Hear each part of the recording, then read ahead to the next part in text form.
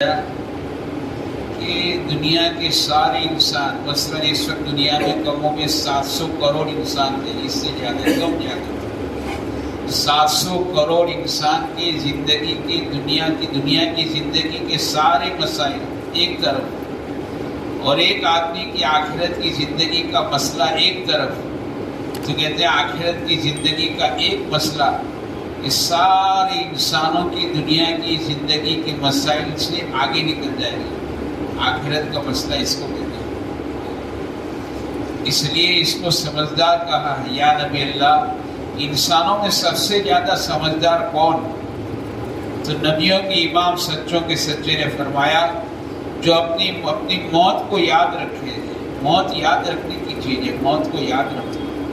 اس لیے حدیث پاک میں آیا کہ اپنی موت کو کثرت سے یاد کرو، کثرت کا لفظ ہے، اپنی موت کو کثرت سے یاد کرو۔ ایک جگہ فرمایا کہ جو روزانہ 25 مرتبہ اپنی موت کو یاد کرے، اللہم بارک لی فی الموت وفی ما بعد الموت، تو اللہ تعالیٰ اس کو بغیر شہادت کے شہادت کا درجہ عطا فرما دیں گے۔ موت کی یاد، تو موت کی یاد، اس سے دل کی صفائی۔ پوچھا کہ دلوں پر بھی جنگ لگ جاتا ہے، جیسے لوہے کو جنگ لگتا ہے نا، ایسے دلوں پر جنگ لگتا ہے۔ پوچھا یا نبی اللہ، اس کی صفائی کی کیا شکل ہے؟ تو آپ نے فرمایا کہ موت کی یاد، موت کی یاد، موت کو آپ کی یاد کریں۔ اس لیے سیرت پاک میں آتا ہے اللہ کے پیارے نبی صلی اللہ علیہ وسلم اکثر کسی گہری سوچ میں رہتے تھے، گہری سوچ، اور وہ سوچ آخرت کی تھی۔ آپ دائم الحزن رہتے تھے، ہمیشہ حضور جو ہے وہ غم زدہ رہتے تھے، غم زدہ، اور وہ غم ہے تو غم آخرت کا۔ اس سے وہ حضرت ساوانہ فرماتی ہے نا کہ آخرت کے غم کو اپنے سینے سے چمٹا لو، آخرت کا غم، اور جتنا آخرت کا غم بڑھتا آدمی کا، آخرت کا غم، موت، قبر، یہ یقینی چیز ہے۔ زندگی یقینی چیز نہیں ہے، زندگی تو بے بھروسہ اور بے پایدار ہے۔ اللہ والوں نے لکھا ہے کہ زندگی تو ایک پانی کا ببولا، پرپوٹا ہے، جیسے پانی کا پرپوٹا پانی کی سطح پر آتا ہے، چند لمحوں میں پھوٹ کر ختم ہو جاتا ہے، اس کو بقا کے ارمان نہیں، چونکہ فنا سامنے ہے۔ زندگی تو ایسی ہے، پانی کا ببولا ہے۔ آخرت کا یقینی چیز ہے، موت یقینی چیز ہے۔ اسے قرآن کریم نے اس کو یقین کہا، حتی یاتی کل یقین، تو یقین سے مراد یوں کہتے ہیں موت ہے، موت یقینی چیز ہے، قبر کا یقینی چیز ہے۔ اس لیے امی جان فرماتی ہے کہ پیارے آقا صلی اللہ علیہ وسلم ہر نماز کے بعد، پیارے آقا ہر نماز کے بعد عذاب قبر سے پناہ مانگتے تھے، ہر نماز کے بعد، ہر نماز کے بعد حضور عذاب قبر سے پناہ مانگتے۔ قبر یقینی چیز ہے، قیامت یقینی چیز ہے۔ اسے نماز کی ہر رکعت میں اللہ پاک قیامت یاد دلاتے ہیں، مالک یوم الدین، مالک یوم الدین، ہر رکعت میں اللہ تعالیٰ قیامت کو یاد دلاتا ہے۔ قیامت کا دن ہے، حساب کتاب کا دن ہے، جزا اور سزا کا دن ہے، یہ قیامت کا دن ہے۔ حق والوں کو حق دلوایا جائے گا، اسے لکھا کتاب میں کہ حق والوں کو حق دے دو، حق والوں کو حق دے دو، کسی کا حق ہمارے ذمہ رہ نہ جائے، ورنہ قیامت کے دن اللہ تعالیٰ حق والوں کو حق دلوائے گے۔ کسی کے 4 آنے دبائے، 4 آنے، تو کہتے ہیں 700 مقبول نمازیں اس کو دے دینی پڑے گی۔ کسی کی 1 بارش زمین دبائی، کہتے ہیں 7 زمین کا توق بنا کر گلے میں ڈال دیا جائے گا۔ قیامت کا دن کہتے ہیں جزا اور سزا کا دن ہے، حق والوں کو حق دلوایا جائے گا۔ اسی کے حق والوں کو حق دے دو۔ جس کو کسی کو آپ کی طرف سے تکلیف پہنچی ہے تو معافی کرا لو، معاف کر دو، معاف کراؤ۔ کسی کی غیبت کر لی کا معاف کرا لو، حق والوں کا حق دے دو۔ قیامت کا دن آنے والا یقینی چیز ہے۔ پل صراط یقینی چیز ہے، اب پل صراط پر سے گزرنا ہی گزرنا ہے۔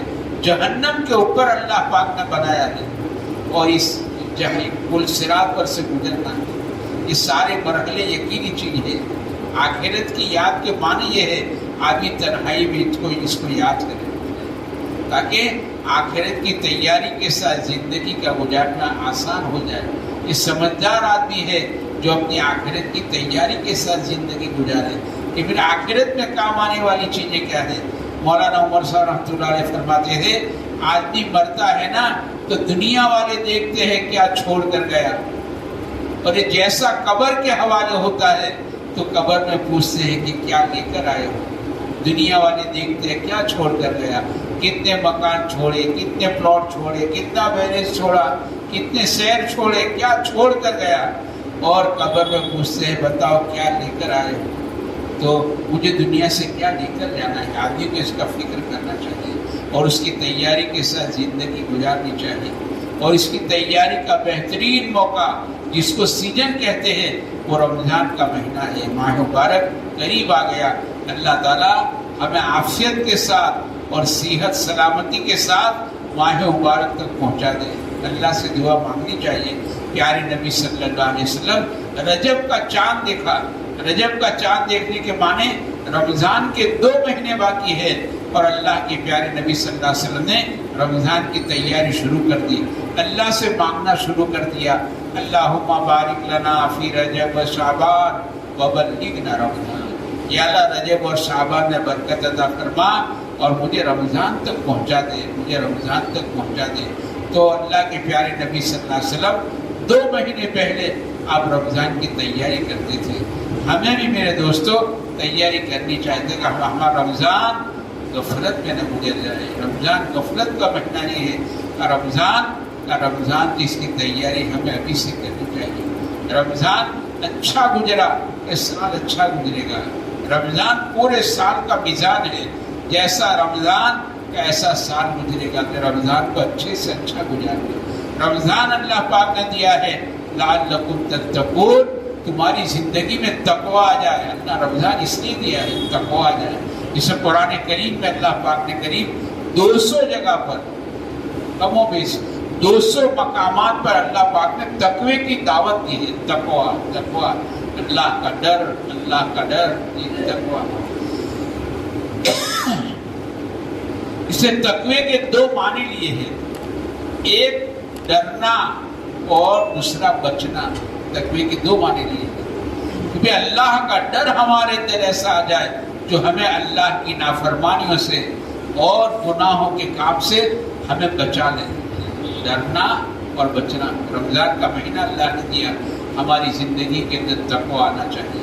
تو رمضان جتنا ہمارا صحیح گزرے گا، روزہ ایک محنت کی چیز ہے، کتب علیکم الصیام، روزہ کہ جسم کے ہر عضو کا روزہ محنت کی چیز ہے کہ ہم روزے پر ایسی محنت کریں کہ روزے کے ذریعے اللہ کرے ہماری زندگی میں تقویٰ آ جانا چاہیے۔ چونکہ تقویٰ آیا تو ہدایت ملے گی، لعلکم تتقون۔ تقویٰ آیا ھدی للمتقین، قرآن کریم ابتدا میں کہتا ہے ھدی للمتقین، یہ تقوی والوں کو ہدایت کا راستہ بتائے گی۔ بے شک قرآن کریم ھدی للناس ہے، لیکن کس کے لیے؟ تو قرآن کریم اعلان کرتا ہے کہ ھدی للمتقین، یہ تقوی والوں کو ہدایت بتائے گی، ہدایت کا راستہ بتائے گی۔ تو تقوی کی زندگی میں لانے کا بہترین موقع میرے دوست رمضان کا مہینہ ہے۔ ہم رمضان کے مہینے کو صحیح گزاریں، اس کی ابھی سے تیاری کریں، اور تیاری کے معنی یہ ہے کہ ابھی سے میرے دوستو ہم نمازوں کا اہتمام کریں، ہماری نمازوں کا اہتمام ابھی سے مسجدوں میں دل لگاؤ، بجائے بازار میں، بجائے آٹو پر، چوراہوں پر، چائے خانوں پر، اور بجائے میرے دوستو موبائل کے پیچھے وقت برباد کرنے سے، بلکہ میں کہتا ہوں موبائل کے پیچھے زندگیاں برباد کرنے سے، جوانی برباد کرنے سے، گھروں کو برباد کرنے سے، معاشرے کو برباد کرنے کے بجائے میرے دوست وقت ہمارا جو ہے نا یہ رمضان کی تیاری میں گزرے، اللہ کی یاد میں گزرے، اللہ کی یاد کرے۔ روزے میں بہترین روزہ وہ ہے جس پر اللہ کا ذکر زیادہ ہو۔ ابھی سے عادت ڈالیں، ہم ذکر کی عادت ڈالیں، ابھی سے مسجدوں میں رہنے کی عادت ڈالیں، ابھی سے دعاؤں کو مانگنے کی عادت ڈالیں۔ رمضان دعا کی قبولیت کا مہینہ ہے۔ رمضان میں اللہ تعالیٰ دعا قبول ہی کرتے ہیں۔ ابھی سے میرے دوستو دعاؤں کی عادت ڈالیں، ابھی سے قرآن کریم سے اپنا تعلق بڑھاویں۔ رمضان جو ہے نا وہ قرآن کریم کا مہینہ ہے، یہ قرآن کریم کا مہینہ ہے، تو ابھی سے میرے دوستو قرآن کریم سے ہمارا تعلق بڑھے، ابھی سے گناہوں سے بچنے کی عادت ڈالیں۔ ہم گناہوں سے بچیں، نیکی کا کرنا آسان ہے لیکن گناہ سے بچنا اثر ہے، تو ابھی سے گناہوں سے بچنے کی عادت ڈالیں۔ ہماری زندگی اللہ کرے صاف ستھری ہو، صاف ستھری زندگی میرے دوستو ہم بناویں، اپنے دل کو ابھی سے صاف کر لیں۔ رمضان کا مہینہ دلوں کی صفائی کا مہینہ ہے کہ ہمارا دل اللہ کرے تمام رذائل اور تمام گندگیوں سے ہمارا دل پاک صاف ہو جائے۔ حسد ہے، کینہ ہے، بغض ہے، ہرس ہے، عداوت ہے، بغض ہے اور پتہ نہیں کیا کیا ہے، اس سے اپنے دل کو پاک صاف کرنا چاہیے۔ رمضان کا مہینہ جو ہے نا وہ دلوں کی صفائی کا مہینہ، اسے محنت کرے۔ یہ وقت میرے دوستو اسی لیے ہے، 15 شعبان آ رہی ہے، یہ چھٹکارے کی رات ہے۔ برات کے معنی چھٹکارا، اللہ نے چھٹکارے کی پوری رات دے دی ہے۔ ہم 15 شعبان محنت کریں، سبھی برات میں اللہ سے مانگے۔ یہ خاص دعا اللہ والوں نے بتائی ہے، اس رات میں خاص دعا اللہ سے مانگے، یا اللہ اگر تو نے ہمارا نام نیک وقتوں میں لکھا ہے تو اس فہرست میں ہمارا نام قائم باقی رکھو، اگر ہمارا نام بدبختوں کی فہرست میں ہے تو یا اللہ اس فہرست میں سے ہمارا نام کو نکال دیجیے اور نیک وقتوں کی فہرست میں ہمارا نام شامل کر دیو۔ یہ دعا خاص مانگنی چاہیے سبھی برات میں، اللہ والوں کی ہدایت ہے۔ ایسے ہم 15 شعبان بھی ہماری اچھی سے اچھی گزرے، عبادت میں گزرے۔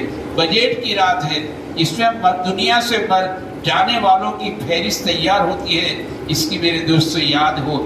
اسے اللہ کے نبی صلی اللہ علیہ وسلم سبھی شعبان میں روزے بہت رکھتے تھے۔ امی جان نے پوچھا کیا بات ہے؟ عائشہ شعبان میں دنیا سے جانے والوں کی فہرست تیار ہوتی ہے، تو مجھے امید ہے اور میں چاہتا ہوں کہ میرا نام دنیا سے جانے والوں کی فہرست میں آوے تو میں روزے سے ہوں۔ ہم رمضان کا مہینہ، اب تھوڑے دن رمضان کے باقی ہے، اس کو ایسے گزارے، رمضان کی ایسی تیاری کرے۔ رمضان کا مہینہ ہدایت کا مہینہ ہے اور دعوت کی محنت ہدایت کی محنت ہے، تو رمضان میں اللہ کے راستے کی محنت اللہ توفیق دے۔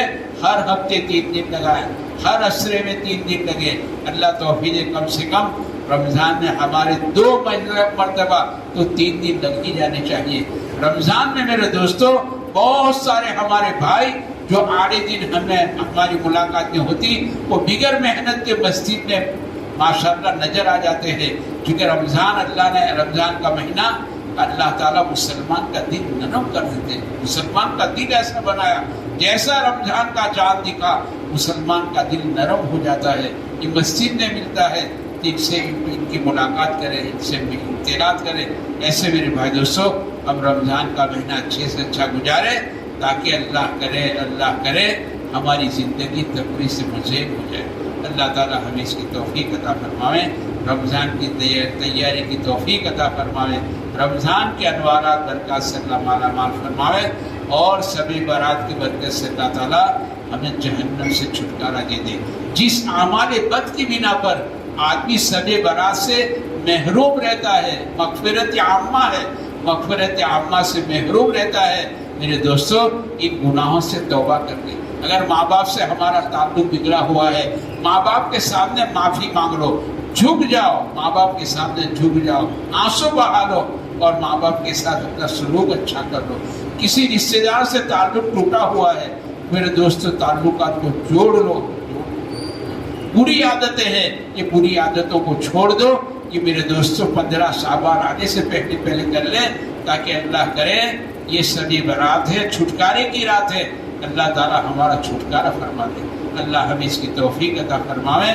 پوری رات اللہ تعالیٰ نے چھٹکارے کی دی، اور پھر بھی اگر چھٹکارا نہیں ہوا تو یہ چھٹکارے کا کون سا موقع ہوگا، اس کی فکر کرنی چاہیے۔